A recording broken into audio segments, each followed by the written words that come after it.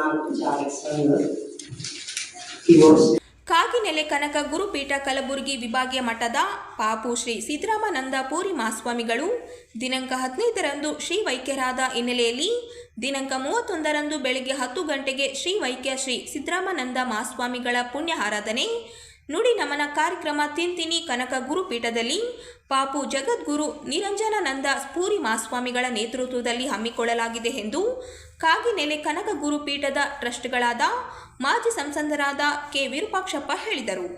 ನಗರದಲ್ಲಿ ಸುದ್ದಿಗಾರರೊಂದಿಗೆ ಮಾತನಾಡಿದರು. ಈ ಕಾರ್ಯಕ್ರಮಕ್ಕೆ ನಾಡಿನ ಹಲವು ಸ್ವಾಮಿಗಳು ಜನಪ್ರತಿನಿಧಿಗಳು ಆಗಮಿಸಲಿದ್ದಾರೆ. ಅಂದು ಬೆಳಗ್ಗೆ 10 ಗಂಟೆಯಿಂದ ಸಾಯಂಕಾಲ 4 ಗಂಟೆಯವರೆಗೂ ಕಾರ್ಯಕ್ರಮ ಜರುಗಲಿದೆ. 2002ರಲ್ಲಿ ಪೀಠಸ್ಥರಾದ ಸ್ವಾಮಿಗಳು ಸಿಂಧನೂರಿನಲ್ಲಿದ್ದರು. 2005ರಲ್ಲಿ ತಿಂತಿನಿ ಬ್ರಿಡ್ಜ್ನಲ್ಲಿ ಮಠವನ್ನು ಸ್ಥಾಪಿಸಿ ಹಾಲು ಮತ ಉತ್ಸವ ಎನ್ನುವ ಕಾರ್ಯಕ್ರಮವನ್ನು ಮಾಡಿ ಹೆಸರುವಾಸಿ ಆಗಿದ್ದರು. ಶಾಲೆ ಮತ್ತು ವಸತಿ ಶಾಲೆ ಆರಂಭಿಸಿದ್ದು 220 ವಿದ್ಯಾರ್ಥಿಗಳ ವಸತಿ ಸಹಿತ ಶಾಲೆಯನ್ನು ನಡೆಸುತ್ತಿದ್ದಾರೆ ಎಂದರು.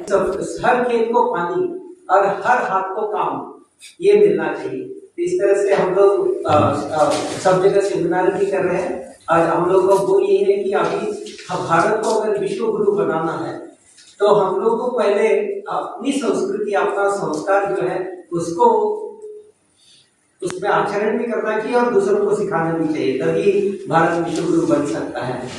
तो हम लोग का आंगनबाड़ी रिलीजन को नहीं मानता है, रिलीजियस डोगमा हम लोग फॉलो नहीं करते हैं. तो हम लोग का सारे रिलीजन एक्चुअली स्पिरिचुअलिटी को डेवलप करने के लिए बने हैं, लेकिन हम रिलीजन ने स्पिरिचुअलिटी छोड़ दिया है और रिलीजियस डोगमा को स्वीकार किया है. तो आंगनबाड़ी में सनातन भागवत धर्म को अपना रिलीजन मानता है. एक्चुअली हम लोग रिलीजन शब्द ही यूज नहीं करते हैं क्योंकि धर्म का सही माने में इंग्लिश अल्टरनेटिव वर्ड है ही नहीं.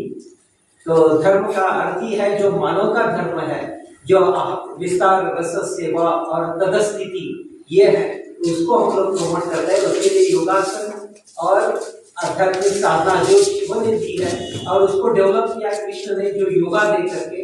तो हम लोग क्या आनंदमार्ग की साधना करते हैं, शिव का तंत्र और कृष्ण का योग, कर्म योग, ज्ञान योग, भक्ति योग यही है. तो हम लोग चाहते हैं कि हर व्यक्ति को शारीरिक मानसिक और आध्यात्मिक उन्नति के लिए हम लोग प्रेरित करें. पहले तो शिष्य लोग हिमालय में जाते थे गुरु से दीक्षा लेने के लिए, लेकिन हम लोग हर स्कूल में हर घर में जा रहे हैं ताकि ये आध्यात्मिक दीक्षा हम लोग दे सके. पहले तो गुरु लोग शिष्य की 12 साल परीक्षा लेते थे, लेकिन आज के समाज में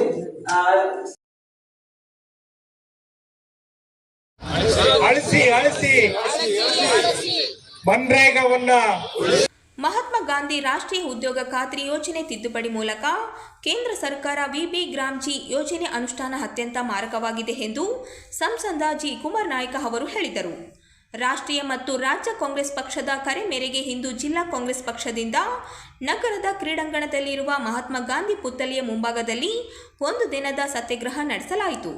ಈ ಸತ್ಯಾಗ್ರಹದಲ್ಲಿ ಪಾಲ್ಗೊಂಡಿದ್ದ ಸಂಸದ ಜಿ ಕುಮಾರ್ ನಾಯ್ಕ ಅವರು ಕೇಂದ್ರ ಸರ್ಕಾರ ನರೇಗಾ ಯೋಜನೆ ತಿದ್ದುಪಡಿಯ ಮೂಲಕ ರಾಜ್ಯಗಳಿಗೆ ಆರ್ಥಿಕ ಭಾರದೊಂದಿಗೆ ಸುಮಾರು 60 ದಿನಗಳ ಕಾಲ ಗ್ರಾಮಾಂತರ ಜನರಿಗೆ ಯಾವುದೇ ಉದ್ಯೋಗ ನೀಡದೇ ಇರುವ ಅಪಾಯಕಾರಿ ಕಾಯ್ದೆ ಜಾರಿಗೊಳಿಸಿದೆ.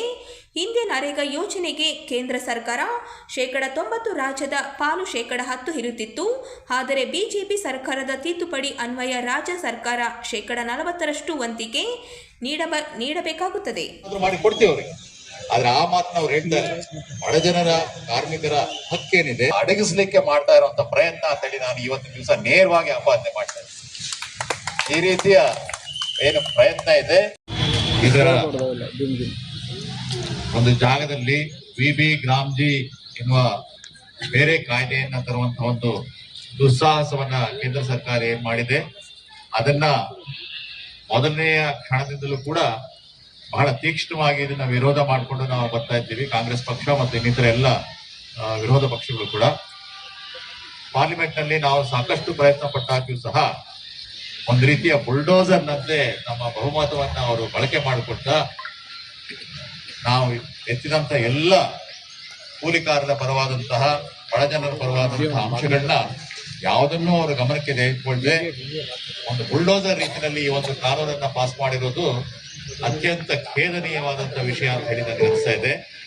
ಆದ್ದರಿಂದ ಇಡೀ ದೇಶದಲ್ಲಿ ಪ್ರತಿಯೊಂದು ಗ್ರಾಮ ಪಂಚಾಯತಿಗಳಲ್ಲೂ ಕೂಡ ಪ್ರತಿಯೊಂದು ಗ್ರಾಮದಲ್ಲಿಯೂ ಕೂಡ ಈ ರೀತಿಯ ವಿರೋಧವನ್ನು ನಾವು ವ್ಯಕ್ತಪಡಿಸಿ ಆಡಳಿತ ನಡೆಸ್ತಾ ಇರುವಂತಹ ಬಿಜೆಪಿ ಪಕ್ಷಕ್ಕೆ ಕಣ್ಣು ಕಿವಿ ಎರಡೂ ಕೇಳದೇ ಇರುವಂತಹ ಒಂದು ಯೋಜನೆಯನ್ನು ಇಡೀ ದೇಶದಾದ್ಯಂತ ಜಾರಿ ಮಾಡಿತ್ತು.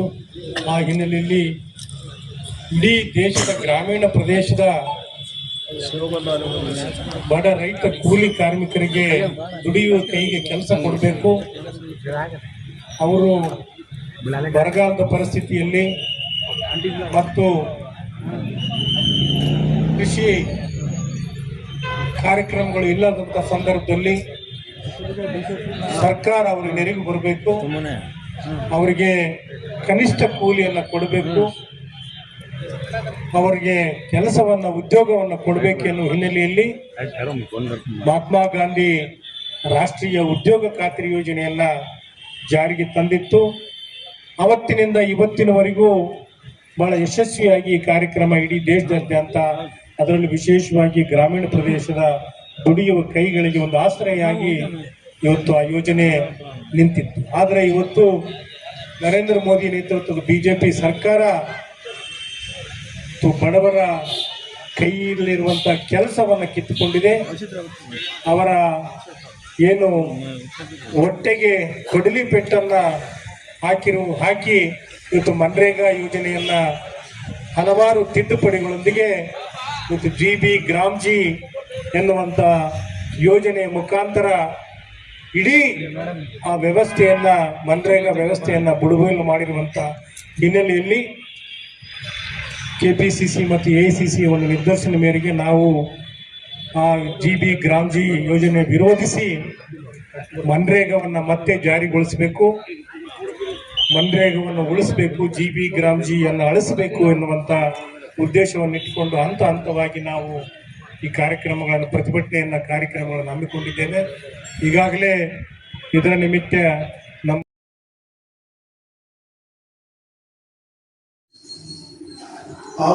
ಅಧ್ಯಯನ ಕುರಿತು ಬಹಳ ಆಸಕ್ತರಾಗಿದೆ.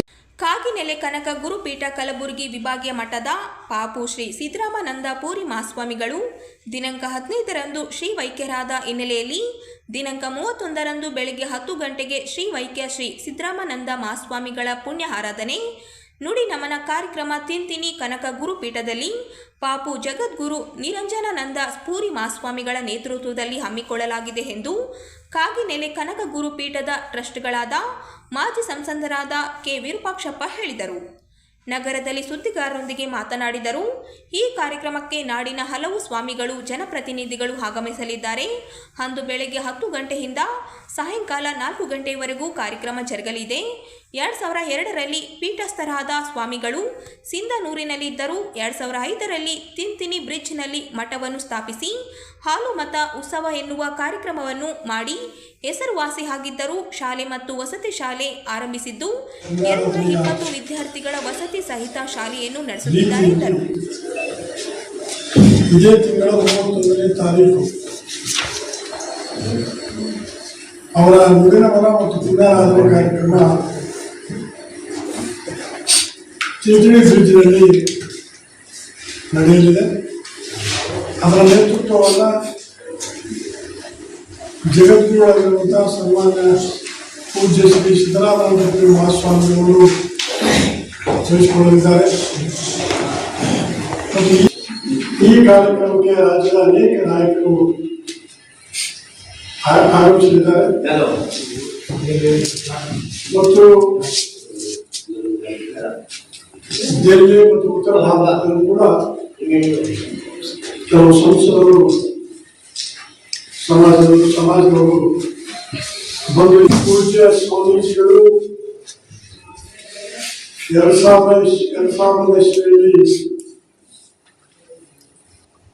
ನಮ್ಮ ಕಾಗಿನೆಲೆ ಕನಕ ಪೀಠದ ಮಠಕ್ಕೆ ಆಯ್ಕೆ ಮಾಡಿಕೊಳ್ಳಲಾಗಿತ್ತು. 2 ವರ್ಷ ಬದಲಿ ಮತ್ತು ಇನ್ನಿತರ ಉತ್ತರ ಭಾರತದಲ್ಲಿ ಶಿಕ್ಷಣ ಪೂರೈಸಿದ ನಂತರ 2002ನೇ ಇಸ್ವಿಯಲ್ಲಿ ಕರ್ನಾಟಕ ರಾಜ್ಯದಲ್ಲಿ 4 ವಿಭಾಗಗಳಿಗೆ ಒಂದೊಂದು ಮಠವನ್ನು ಮಾಡುವುದರ ಮೂಲಕ ಆ ಮಠಕ್ಕೆ ಒಬ್ಬೊಬ್ಬ ಸ್ವಾಮಿಗಳನ್ನ ನೇಮಕ ಮಾಡಿರುವಂತಹದ್ದು. ಅದರಲ್ಲಿ ನಮ್ಮ ಗುಲ್ಬರ್ಗ ಭಾಗಕ್ಕೆ ಶ್ರೀ ಸಿದ್ದರಾಮಾನಂದಪುರಿ ಮಹಾಸ್ವಾಮಿಗಳನ್ನ ಆಯ್ಕೆ ಮಾಡಲಾಗಿತ್ತು. 2002ನೇ ಇಸ್ವಿಯಲ್ಲಿ ಅವರು ಸಿಂಧನೂರು ನಗರಕ್ಕೆ ಬಂದರು. ಸಿಂಧನೂರು ನಗರದಲ್ಲಿ ನಮ್ಮ ಹಾಸ್ಟೆಲ್ನಲ್ಲಿ ಸುಮಾರು 3-4 ವರ್ಷ ಹಾಸ್ಟೆಲ್ನಲ್ಲಿ ಇದ್ದ ನಂತರ ನಾವು ಯಾವುದಾದ್ರೂ ನದಿಯ ದಡದಲ್ಲಿ ಈ ಭಾಗದ ಮಠವನ್ನು ಮಾಡಬೇಕು ಅನ್ನುವಂಥ ವಿಚಾರದಲ್ಲಿದ್ದಾಗ ತುಂಗಭದ್ರಾ ನದಿ ಆಗಿರ್ಬೋದು ಅಥವಾ ಕೃಷ್ಣಾ ನದಿ ದಡದಲ್ಲಿ ಮಾಡಬೇಕು ಅನ್ನುವಂಥ ವಿಚಾರದಲ್ಲಿ ನಮಗೆ ಈ ಒಂದು ಕೃಷ್ಣಾ ನದಿ ದಡದಲ್ಲಿ ಸೂಕ್ತವಾದ ಸ್ಥಳ ಸಿಕ್ಕಿರುವ ಕಾರಣ 2005-6 ಇಸ್ವಿಯಲ್ಲಿ ಈ ಒಂದು ಸ್ಥಳದಲ್ಲಿ ನಾವು ಮಠವನ್ನು ಪ್ರಾರಂಭಿಸುವುದರ ಮೂಲಕ ಇವತ್ತು ಅಲ್ಲಿ ಶಾಲೆ, ಕಾಲೇಜು ಮತ್ತು ಹಾಸ್ಟೆಲ್ಲು ಸುಮಾರು 250 ವಿದ್ಯಾರ್ಥಿಗಳು ಹಾಸ್ಟೆಲ್ನಲ್ಲಿ ವಾಸ ಮಾಡುವುದರ ಮೂಲಕ ಸರ್ ಮೊನ್ನೆ KMC ಅವರು ಲೆಟರ್ ಬರ್ತಿದ್ದಾರೆ DH ಅವ್ರಿಗೆ. ನಾವು ಇದೇ ಡಾಕ್ಯುಮೆಂಟ್ಸ್ ಎಲ್ಲ ಅವ್ರಿಗೂ ಸಬ್ಮಿಟ್ ಮಾಡಿದ್ದೀನಿ ಆಲ್ರೆಡಿ. KMC ಅವ್ರಿಗೂ ಮೇಲ್ ಮಾಡಿದ್ದೆ. ಅವರು ಇದ್ರ ಬಗ್ಗೆ ಒಂದು ಪ್ರಾಥಮಿಕ ವರದಿ ಕೊಡಿ ಅಂತ ಒಂದು ನಿರ್ದೇಶನ ಕೊಟ್ಟಿದ್ದಾರೆ. ಆದ್ರೂ DH ಅವ್ರು ಕೂಡ ಇಲ್ಲಿವರೆಗೆ ಯಾವುದೇ ರೀತಿಯಾಗಿ ಒಂದು ವರದಿನೂ ಕೊಡೋಕ್ಕೂ ರೆಡಿ ಇಲ್ಲ. ಸೊ ಮೊನ್ನೆ ನಮಗೆ RTI ಮುಖಾಂತರ ಒಂದು ಫುಟೇಜ್ ತೊಗೊಂಡಿದ್ದೀನಿ ಸರ್. ಲಾಸ್ಟ್ ಟೈಮ್ ನಾನು ಫುಟೇಜ್ ಕೊಟ್ಟಿರಲಿಲ್ಲ.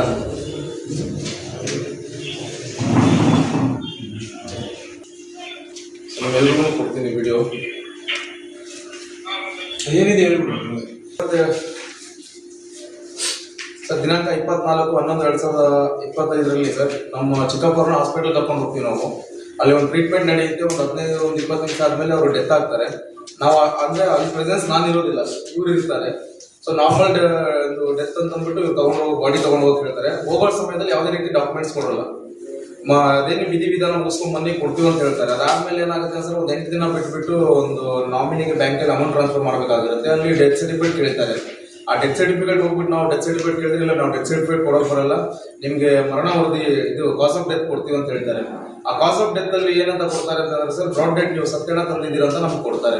ನಾನು ಇಲ್ಲಿ 1 ಅವರ್ ಜಗಳಾಡ್ತೀನಿ ಅವ್ರ ಜೊತೆ. ಸರ್ ಈ ರೀತಿ ಕೊಡಬೇಡಿ, ನಾಳೆ ನ್ಯಾಚುರಲ್ ಡೆತ್ ಆಗುತ್ತೆ, ಬ್ಯಾಂಕಲ್ಲಿ ತುಂಬಾ ಪ್ರಾಬ್ಲಮ್ ಆಗುತ್ತೆ, ನಾಳೆ ದಿನ ಇದ್ದಿದ್ದನ್ನು ಕೊಡಿ, ನೀವು ಅದೇನಾಗಿದೆ ನ್ಯಾಚುರಲ್ ಡೆತ್ ಕೊಡಿ, ಇಲ್ಲ ಹಾರ್ಟ್ ಅಟ್ಯಾಕ್ ಆಗಿದೆ, ಏನಾಗಿದೆ ಒಂದು ಕೊಡಿ. ನೀವು ಬ್ರಾಡ್ ಡೆಡ್ ಅಂತಂದ್ರೆ ತುಂಬಾ ಕಷ್ಟ ಆಗುತ್ತೆ ಅಂತ ಅವ್ರು ಹೇಳ್ತೀನಿ. ಇಲ್ಲ ರಿಯಾಜ್ ಆ ಥರ ಕೊಡೋಕೆ ಬರಲ್ಲ, ನೀವು ಬಾಡಿನೇ ಡೆಡ್ ಬಾಡಿ ತಂದಿದ್ದೀರಾ, ಮತ್ತೆ ನಾವು ಯಾವುದೇ ರೀತಿ ಟ್ರೀಟ್ಮೆಂಟ್ ಅನ್ನು ಕೊಟ್ಟಿಲ್ಲ ಅಂತಾರೆ. ನಾನು ಅವ್ರು ಕ್ಲಿಯರ್ ಕಟ್ ಆಗಿ ಹೇಳ್ತೀನಿ ಸರ್, ಅವಾಗ ಸರ್ ನೀವು ಕೊಟ್ಟಿರೋ ಡಾಕ್ಯುಮೆಂಟ್ಸ್ ನಮ್ಮ ಹತ್ರ ಇದೆ, ಇದು ಮೆಡಿಸನ್ ಆಗಲಿ ಎಲ್ಲ ಕೊಟ್ಟಿರೋದು, ಅವನ್ನೆಲ್ಲ ತೋರಿಸೋದು. ಇಲ್ಲ ರಿಯಾಜ್ ಇದಕ್ಕಿಂತ ಜಾಸ್ತಿ ಮಾತಾಡಿದ್ರೆ ನಿಮ್ಮ ಮೇಲೆ ಕಂಪ್ಲೇಂಟ್ ಮಾಡಬೇಕಾಗುತ್ತೆ ಅಂತ ಅಂತಾರೆ. ಇನ್ನೇನು ಮಾಡೋಕ್ಕಾಗಲ್ಲ ನಾನು. ಸರಿ ಸರ್ ವರದಿ ಕೊಡಿ ಅಂತ ಹೇಳ್ಬಿಟ್ಟು ಅವರೇ ಸೈನ್ ಮಾಡ್ಬಿಟ್ಟು ಕೊಟ್ಟಿರೋ ಸರ್ ಬ್ರಾಡ್ ಡೆಡ್ ಅಂತ ಕ್ಲಿಯರ್ ಕಟ್ ಆಗಿ ಮೆನ್ಷನ್ ಮಾಡಿ ಕೊಡ್ತಾರೆ ಸರ್. ಇದನ್ನ ತಗೊಂಡೋಗಿ ನಾನು FIR ಮಾಡಕ್ ಹೋಗ್ತೀನಿ ಸರ್. ಅಲ್ಲಿ FIR ತಗೊಳ್ಳೋದಿಲ್ಲ ನನ್ನ ಮೇಲೆ. ತಗೊಳ್ದ ಅವತ್ತು ರಾತ್ರಿನ ನನ್ನ ಮೇಲೆ 109 ಮಾಡ್ತಾರೆ ಸರ್. FIR ಕೊಡಕ್ ಹೋದ ಮೇಲೆ ನನ್ನ ಮೇಲೆ 109 ಮಾಡಿಬಿಟ್ಟು ರಾತ್ರಿ 2 ಗಂಟೆಗೆ ಮ್ಯಾಜಿಸ್ಟ್ರೇಟ್ ಮುಂದೆ ಪ್ರೊಡ್ಯೂಸ್ ಮಾಡ್ತಾರೆ ನಮಗೆ. ಸ್ಟೇಷನ್ ಮುಂದೆ ಒಂದು 60-65 ಜನ ಬಂದಿರ್ತಾರೆ ಸರ್. ಇಡೀ ಸ್ಟೇಷನ್ ಅಲ್ಲೂ ಅದು ರೆಕಾರ್ಡ್ ಇದೆ. ಅದು 2 ಗಂಟೆವರೆಗೂ ಬೆಳಗ್ಗೆವರೆಗೂ ನಾನು ಕೂರಿಸ್ಕೊಂಡ್ಬಿಟ್ಟು ನನ್ನ ಆಮೇಲೆ ಬೆಳಗ್ಗೆ ಬಿಟ್ಟು ಕಳಿಸ್ತಾರೆ ಸರ್. ಅಲ್ಲೇ ಬೇಲ್ ಕೂಡ ಸಿಗುತ್ತೆ ರಾತ್ರಿನೇ. ಮಾನ್ಯ ತಹಸೀಲ್ದಾರ್ ಅವ್ರ ಗಮನಕ್ಕೂ ನಾನು ತರ್ತೀನಿ ವಿಷಯದ ಬಗ್ಗೆ. ಅವ್ರು ಕೂಡ ಅದೇನಿದೆ ಬೆಳಗ್ಗೆ ಒಂದು ವರದಿ ಕೊಡಿ ಅಂತ ಅವರು ಕೂಡ ಹೇಳ್ತಾರೆ. ಅದಾದ್ರೂ FIR ಆಗಲ್ಲ, ನಾನು SP ಸಾಹೇಬ್ರಿಗೂ ಕಂಪ್ಲೇಂಟ್ ಕೊಡ್ತೀನಿ. ಅವರು ನೇರವಾಗಿ DH ಇದ್ರ ಬಗ್ಗೆ ಒಂದು ವರದಿ ಕೊಡಿ ಅಂತಾನೆ ಹೇಳ್ತಾರೆ. ಇಲ್ಲಿವರೆಗೂ ಅದು ಯಾವುದೇ ರೀತಿ ವರದಿ ಕೊಡೋಕ್ಕೂ ರೆಡಿ ಇಲ್ಲ ಸರ್, ಯಾವುದೇ ಇಲ್ಲ ಸರ್. ನಾನು ಒಂದು ಆಡಿಯೋ ಪ್ಲೇ ಮಾಡ್ಬೋದಾ? DH ಅವರು ನೇರವಾಗಿ ಮೊನ್ನೆ ಒಂದು ಮಾತಾಡೋ ಕಡೆಯಿಂದ ಅದೇನೋ ಒಂದು ಸರಿ ದೂಸ್ಕೊಂಡ್ಬಿಡಿ ಅಂತ ಹೇಳ್ತಾರೆ ಸರ್. ನಮ್ಗೆ ಯಾವುದೇ ರೀತಿ ನಮ್ಗೆ ವರದಿ ಕೊಡಿ, ಈ ಕುಟುಂಬಕ್ಕೆ ನ್ಯಾಯ ಸಿಗಲಿ ಅಂತ ನಾನು ಕೇಳ್ಕೊತಾ ಇದ್ದೀನಿ ಸರ್ ನಿಮ್ಮ ಮುಖಾಂತರ. ಈ ಪ್ರಕರಣದಲ್ಲಿ ಏನಾದ್ರೂ ಈ ಕುಟುಂಬ ನ್ಯಾಯ ಸಿಗ್ಬೇಕಂದ್ರೆ ತಮ್ಮ ಮುಖಾಂತರ ಅಂತಾನೆ ನಾನು ಕೇಳ್ಕೊತೀನಿ ಸರ್. ಇನ್ನು ಯಾವ್ದ್ರ ಮೇಲೂ ನಮ್ಮ ನಂಬಿಕೆಗಳಿಲ್ಲ ಸರ್. ಮತ್ತೆ ಮೊನ್ನೆ ಏನಂತ ಧಮಕಿ ಆಗ್ತಾರೆ ಸರ್, ಇನ್ನು ನೀವು ರಾಯಚೂರು ಜಿಲ್ಲೆಯಲ್ಲಿ ಯಾವ ಹಾಸ್ಪಿಟಲ್ ನೀವು ಕಾಲಿಡಕ್ಕಾಗಲ್ಲ, ಈ ಪ್ರಕರಣ ನೀವು ಮುಂದಕ್ಕೆ ತಗೊಂಡು ಹೋದ್ರೆ. ಏನ್ ಸರ್? DH ಅವರು ಸರ್. TH ಅವರು ನೇರವಾಗಿ ಹೇಳ್ತಾರೆ ಸರ್. ಇವತ್ತಿಗೆ 60 ದಿನ ಆಯ್ತು ಸರ್. 76 ಕೊಟ್ಟು ಇಲ್ಲಿವರೆಗೂ ಕೂಡ FIR ಆಗಿಲ್ಲ ಸರ್. ಸರ್ ಒಂದು ಕಮಿಟಿ DH ಅವ್ರ ಕಮಿಟಿ ಕೂಡ ಮಾಡ್ತಾರೆ, ಕಮಿಟಿನೂ ಬರುತ್ತೆ. KPA ನೋಡಲ್ ಆಫೀಸರ್ ಬರ್ತಾರೆ, KMC ಅಧ್ಯಕ್ಷರು ಬರ್ತಾರೆ, ಜಿಲ್ಲಾಧ್ಯಕ್ಷರು. ಅವ್ರು ನೇರವಾಗಿ ಒಂದು ವರದಿ ಕೊಡ್ತಾರೆ ಸರ್. ಹಾಸ್ಪಿಟಲ್ ಗಿಲ್ಟ್ ಇದೆ ಅಂತ ವರದಿ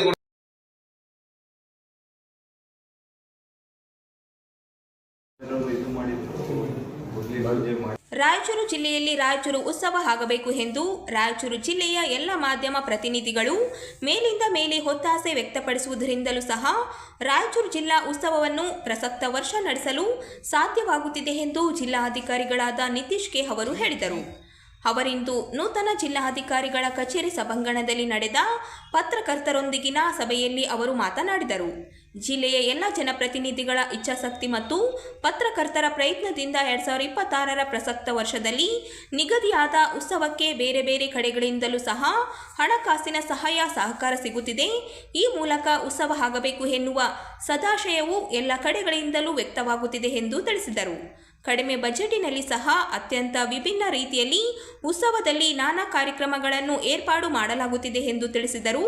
ಸಾರ್ವಜನಿಕ ಸಭೆಯಲ್ಲಿ ಭಾಗಿಯಾದ ಜಿಲ್ಲೆಯ ಎಲ್ಲ ಗಣ್ಯ ಮಹನೀಯರಿಂದ, ನಾಗರಿಕರಿಂದ, ಸಂಘ ಸಂಸ್ಥೆಗಳ ಪದಾಧಿಕಾರಿಗಳಿಂದ ಕೇಳಿ ಬಂದ ಎಲ್ಲ ಸಲಹೆಗಳನ್ನು ಪರಿಗಣಿಸಿ ಉತ್ಸವದ ಕಾರ್ಯಕ್ರಮಗಳನ್ನು ನಿಗದಿಪಡಿಸಲಾಗಿದೆ. ಆವಾಗೇನಾಗುತ್ತೆ, ಎಲ್ಲ ಸಂಘ ಸಂಸ್ಥೆ ಸೇರಿಸಿದ್ರೆ ಒಂದೊಂದು ಕಮಿಟಿ 50 ಜನ ಸಂಘ ಸಂಸ್ಥೆ ಆಗ್ತಾರೆ. ಆಮೇಲೆ ಅದು ಕೋಆರ್ಡಿನೇಷನ್ ಪ್ರಾಬ್ಲಮ್ ಆಗುತ್ತೆ. ಬಟ್ ಈಗ ಯಾರ್ಯಾರು ಮೇನ್ ಇದ್ದಾರೆ 10 ಜನನ ನಾವು ಹಾಕಿದ್ವಿ. ಅವ್ರದ್ದು ಈಗ ಮೀಟಿಂಗು ಆಗಿದೆ, ರೆಗ್ಯುಲರ್ ಆಗಿ ಅವ್ರಿಗೂ ಮೀಟಿಂಗ್ ಮಾಡ್ತೀವಿ. ಮತ್ತು ಇನ್ನೇ ಕೆಲವರು ಯಾರ್ಯಾರು ಬಿಟ್ಟಿದ್ದೀವಿ ಅವರು ಬಂದಿದ್ದಾರೆ. ಈಗ ಅಟ್ರಾಸಿಟಿ ಕಮಿಟಿ ಮೆಂಬರ್ಸು ನಮ್ಮನ್ನ ಬಿಟ್ಬಿಟ್ಟಿದ್ದಾರೆ, ನಮ್ಮನ್ನು ಸೇರಿಸಿ ಅಂತ. ಬಟ್ ಯಾರ್ಯಾರು ವಾಲಂಟಿಯರ್ ಇದ್ದಾರೆ ಎಲ್ಲರನ್ನು ನಾವು ಸೇರಿಸ್ತೀವಿ. ಸೊ ಅದೇ ರೀತಿ ಮಾಧ್ಯಮದವರು ಇದು ಜಿಲ್ಲಾ ಉತ್ಸವ ಆಗಿರೋದ್ರಿಂದ ತಾವು ಎಲ್ಲ ಲೀಡರ್ಶಿಪ್ ತಗೊಂಡು ನಮಗೆ ಇನ್ನೂ ಹೇಗೆ ಚೆನ್ನಾಗಿ ಮಾಡೋಕ್ಕೆ ಮತ್ತೆ ಆ 3-4 ದಿನ ಈಗ ಮಕ್ಕಳ ಉತ್ಸವ ಸ್ವಲ್ಪ ಮುಂಚೆ ನಾವು ಅಷ್ಟೊಂದು ಗ್ರ್ಯಾಂಡ್ ಆಗಿ ಮಾಡೋದು ಅಂತ ಯೋಚನೆ ಮಾಡಿರಲಿಲ್ಲ. ಬಟ್ ಮಕ್ಕಳಿಗೂ ಒಂದು ವಿಭಿನ್ನವಾದ ರೀತಿಯಲ್ಲಿ ನಾವು ಒಂದು ಎಕ್ಸ್ಪೀರಿಯನ್ಸ್ ಕೊಡಬೇಕು ಅಂತ ಅದಕ್ಕೂ ಸ್ವಲ್ಪ ಒಂದು 20-25 ಲಕ್ಷ ಬಜೆಟ್ ಕೊಟ್ಟು ಒಂದು ವಿನೂತವಾಗಿ ನಮ್ಮ ಮಹಾತ್ಮ ಗಾಂಧಿ ಸ್ಟೇಡಿಯಂ ಅಲ್ಲಿ ಮಾಡ್ಬೇಕಂತಿದ್ದೀವಿ. ಕರಾವಳಿ ಉತ್ಸವದಲ್ಲಿ ಚೆನ್ನಾಗಿ ಮಾಡ್ತಾರೆ, ಅವ್ರನ್ನೇ ನಾವು ಅಪ್ರೋಚ್ ಆಗಿ ಅವರು ಎಲ್ಲ ಬಂದು ಇಲ್ಲಿ ನೋಡ್ಕೊಂಡು ಹೋಗಿದ್ದಾರೆ. ಆಮೇಲೆ ಅಮ್ಯೂಸ್ಮೆಂಟ್ ಪಾರ್ಕ್ ಪ್ರತಿ ಟೈಮು ತಮಗೆ ಗೊತ್ತಿದ್ದಂಗೆ ಇಲ್ಲಿ ಲೋಕಲ್ ಅವರು ಮಾಡ್ತಾ ಇದ್ರು. ಬಟ್ ಒಂದು ರಾಯಚೂರು ಉತ್ಸವ ಅಂಗವಾಗಿ ಒಂದು ಚೆನ್ನಾಗಿರೋದು ಬರಲಿ ಅಂತ ಪೇಪರ್ ಎಲ್ಲ ನೋಟಿಫಿಕೇಶನ್ ಬೆಂಗಳೂರು. ಅದೇ ರೀತಿ ಮತ್ಸ್ಯ ಮೇಳ ಮಾಡೋಣ ಅಂತಿದ್ದೀನಿ. ಮುಂಚೆ ಇಲ್ಲಿ ಮತ್ಸ್ಯ ಮೇಳ ಆಗಿತ್ತು ಇರೋದು ನನಗೆ ಗೊತ್ತಿಲ್ಲ. ಸೊ ಒಂದು ಚೆನ್ನಾಗಿ ಬೇರೆ ಬೇರೆ ರೀತಿ ಫಿಶ್ ಆ ಥರ ಎಲ್ಲ ನಾವು ಆ್ಯಕ್ಚುಲಿ ಒಂದು 50 ಲಕ್ಷದ್ದು ಸೆಂಟ್ರಲ್ ಗೌರ್ಮೆಂಟ್ಗೆ ಪ್ರಪೋಸಲ್ ಕಳಿಸಿದ್ದೀವಿ, ಒಂದು ಇಂಡೋರ್ ಟನಲ್ ಮಾಡೋಣ ಅಂತ. ಬಟ್ ಅದು 10 ಲಕ್ಷ ಅವ್ರು ಸ್ಯಾಂಕ್ಷನ್ ಮಾಡಿದ್ದಾರೆ. ನಾವು ಒಂದು 5 ಲಕ್ಷ ಹಾಕಿ ಒಂದು 15 ಲಕ್ಷದಲ್ಲಿ ಒಂದು ಮತ್ತಂತಾನೆ ಸಪರೇಟ್ ಆಗಿ ನಾವು ಮಾಡ್ತಾ ಇದ್ದೀವಿ. ಸೊ ಬೇರೆ ಬೇರೆ ರೀತಿ ಅದು ಮಾಡೋಕ್ಕೆ. ಸೊ ಆಮೇಲೆ ರೋಬೋಟಿಕ್ ಎನಿಮಲ್ಸ್ನು ತರಿಸ್ತಾ ಇದ್ದೀವಿ ಈ ಮಕ್ಕಳಿಗೆ. ಮಹಾತ್ಮ ಗಾಂಧಿ ಸ್ಟೇಡಿಯಂ ಅಲ್ಲಿ ಬೇರೆ ಬೇರೆ ರೀತಿ ರೋಬೋಟಿಕ್ ಎನಿಮಲ್ಸ್ನು ನಾವು ತೋರಿಸ್ತಾ ಇದ್ದೀವಿ. ಸೊ ಅದು ಡೀಟೇಲ್ ಆಗಿ ತಮಗೆ ಅವ್ರು ಹೇಳಿ.